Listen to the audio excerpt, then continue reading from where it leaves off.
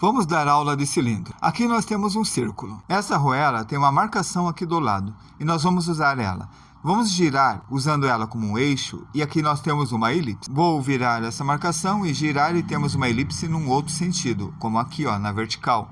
E se eu girar, temos aqui num outro sentido ainda. E a partir desse modelo a gente faz essa elipse e fazemos a parte externa da elipse e a marcação, porque é importante a gente saber qual o sentido que ela está indo. Vamos fazer de novo mais inclinado. Olha, o eixo eu inclinei, então ele vai girar nesse sentido e ele vai ficar desse jeito. Percebe? Mais inclinado que o anterior. Eu girei a mão e a arruela para fazer o desenho. Agora vamos fazer diferente. Vamos girar o papel e assim a gente vai conseguir o desenho num outro sentido. O truque sempre é o movimento da mão, de uma forma solta, com giro rápido e a posição da mão como fica. Veja, eu girei o papel e a minha mão funciona perfeitamente para fazer a elipse novamente. A elipse de frente vira um círculo. Então aqui no meio eu vou fazer um círculo e faço a marcação do eixo. Agora vamos inclinar um pouco mais a arruela, aí vamos ter uma elipse um pouco mais fina, nessa direção. Agora atenção nessas três elipses, aqui tem uma simetria que é por onde que eu estou girando esta arruela.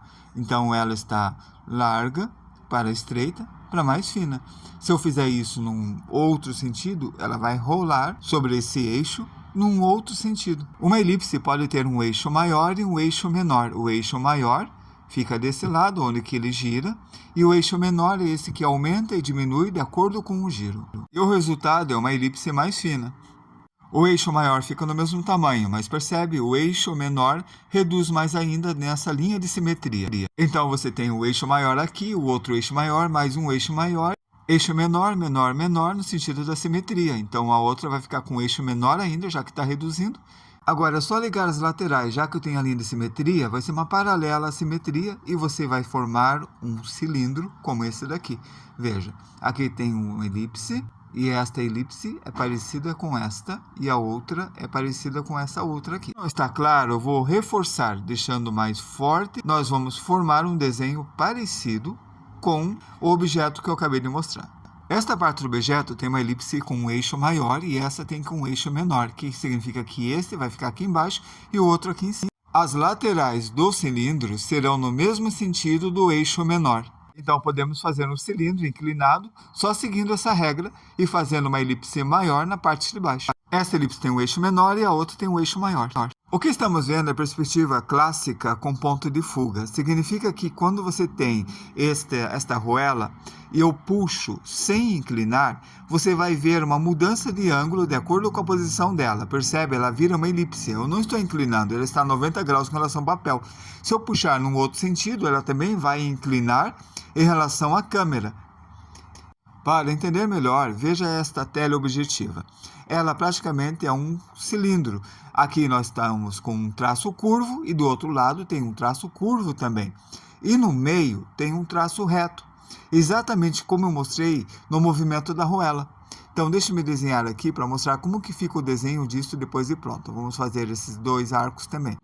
Só usando dessa regra, percebemos que temos uma curva parecida com a da teleobjetiva. Quando eu falo de perspectiva clássica, é perspectiva com 1, 2 e 3 pontos de fuga. Essa inclinação da arruela que eu faço só puxando sem inclinar é por causa da deformação da perspectiva. A mesma coisa acontece com os anéis dessa luneta, dessa teleobjetiva. Ela encurva para esse lado e para o outro lado e encurva em direção diferente. Se a perspectiva fosse isométrica, todos os ângulos da elipse seriam iguais. Se eu pegar aquele cilindro com anéis e fazer um movimento horizontal, ele vai fazer aquela curva de elipse da mesma forma do desenho que colocamos aqui e da mesma forma que a teleobjetiva. Vamos desenhar uma coluna fazendo as duas laterais. Aqui estão. Eu não fiz a linha de simetria, mas entenda que ela fica no meio, igual essa linha de simetria. Agora eu tenho que escolher aonde que vai ser a linha reta que vai significar que é a linha do horizonte. É a parte que a elipse fica tão de lado que parece uma reta, parece um retângulo. E depois a gente puxa ela se encurva para um lado e para o outro. Então aqui tem uma elipse bem fininha e uma outra elipse bem fininha em torno dessa linha reta. As duas elipses aqui são iguais. Significa que a distância até essa linha, que eu vou chamar de horizonte, é a mesma que essa distância desse lado aqui. E isso é uma questão de lógica. A mesma coisa vai acontecer se eu fizer a medição da distância do meio. Vamos voltar ao nosso objeto e olhe com atenção para ele.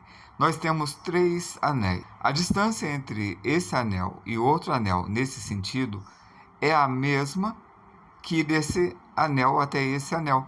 Significa que esse anel do meio se torna um fator de medição para os outros anéis. Então, aqui no meio, eu vou pegar esse ponto e eu vou manter a mesma distância e ele vai funcionar perfeitamente. Eu posso fazer em toda essa linha de simetria a repetição dessa distância do meio, que é um pouco maior que a distância da lateral. Agora, eu vou fazer a mesma coisa na lateral que eu fiz nessa linha de simetria. Como a distância é menor, eu vou ter uma métrica menor, é uma proporção menor que a proporção do meio. Assim, eu vou ter do outro lado a mesma coisa, então é só eu transferir as medidas. Por isso, veja como vai ficar essa elipse. E olha como a elipse começa a ficar maior seguindo esses pontos que eu segui. Fantástico, não é? Antes eu tinha falado de eixo, agora eu falei de simetria. Eixo se escreve com X. Eixo significa um centro, parece uma simetria, mas é onde você gira alguma coisa. Não tem muita relação com simetria, porque existe o eixo do ventilador, por exemplo, que às vezes pode não ser simétrico. Já a linha de simetria é uma linha que divide 2 lados iguais, como a linha de simetria do rosto. É que aqui está coincidindo o eixo com a simetria. Então, por exemplo, você tem o eixo da roda do carro, você tem o eixo do ventilador. Percebe? Quando eu viro o eixo, a roda gira junto. Seria a mesma coisa com a simetria. Se eu virasse a simetria, a elipse viraria juntos. Então, ó, a elipse dessa arruela, do mesmo jeito que o eixo. Bom, vamos voltar ao desenho. Agora vamos fazer uma aplicação do que aprendemos desenhando uma moto. Mas, para isso, vamos fazer esse paralelograma. Esse paralelograma é aquele estudo de cubos que eu falo que é bem importante.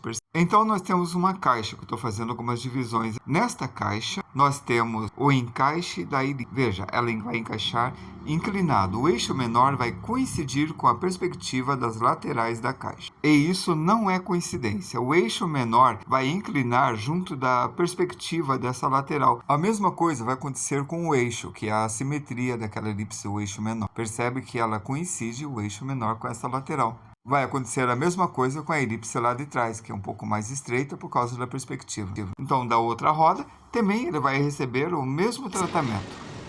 A proporção da caixa que eu fiz é para desenhar a moto. Então, vamos fazer o garfo e desenhar a moto sem explicar muito. Isso aqui a gente vai ver depois na parte de desenho mecânico, quando a gente tiver engrenagens e outras coisas na nossa aula convencional. O objetivo desse vídeo é entender como fazer as elipses em vários ângulos. Pegue uma arruela e faça esse movimento até você ter noção dessa inclinação. E depois faz o paralelograma que a gente já treinou antes e tenta encaixar a elipse aí dentro. E faça isso de vários ângulos. Depois, seguindo a linha do eixo menor, faça a linha das laterais para completar o cilindro. Mas não esqueça que a parte de trás faça uma elipse para que a curva fique correta. Não pode esquecer desta parte. O conceito não é difícil. Você faz uma reta maior e uma reta menor, que vai ser o eixo menor e o eixo maior do paralelograma que nós vamos construir. A partir desse paralelograma, a gente faz aquele cubo que você já deve ter treinado um monte. Lá atrás você faz outro paralelograma que vai ficar um pouquinho maior por causa do eixo menor que você vai aumentar. Dentro de cada paralelograma, você faz a elipse e você liga as laterais dentro da perspectiva. E pronto, você tem aqui um cilindro. Esse cilindro vai ter o eixo no sentido desse lápis preto e esse outro no sentido desta caneta. Tente fazer cilindros em todos os sentidos. Esse é um treino que você vai fazer. Tente virar a folha, faça o cilindro deitado, faça o cilindro de pé e procure se exercitar também esses cubos e caixas, porque eles ajudam a construir a elipse no sentido certo e o cilindro no sentido certo. Desse jeito. Lembrando que o eixo maior vai coincidir com a diagonal maior do paralelograma e o eixo menor vai coincidir com a diagonal do menor do paralelograma. E olha, pega uma arruela e faça esses movimentos e presta atenção neles para entender como funciona a elipse. Lembre-se que a isométrica não precisa ter muitas essas deformações e reduções, porque na isométrica todas as elipses vão ter o mesmo formato, não importa a posição que ele vai ficar enquanto estiver na mesma horizontal. Percebe? Ó, essa elipse está inclinada, ela não está na mesma posição, mas não deixa de ser isométrica. Essa é uma outra perspectiva, que não é com ponto de fuga. Com ponto de fuga, uma elipse vai ficar maior e a outra elipse vai ficar um pouco mais magra, desse jeito. E isso é importante ressaltar. A isométrica é muito mais fácil. Me curta, me siga e até a próxima.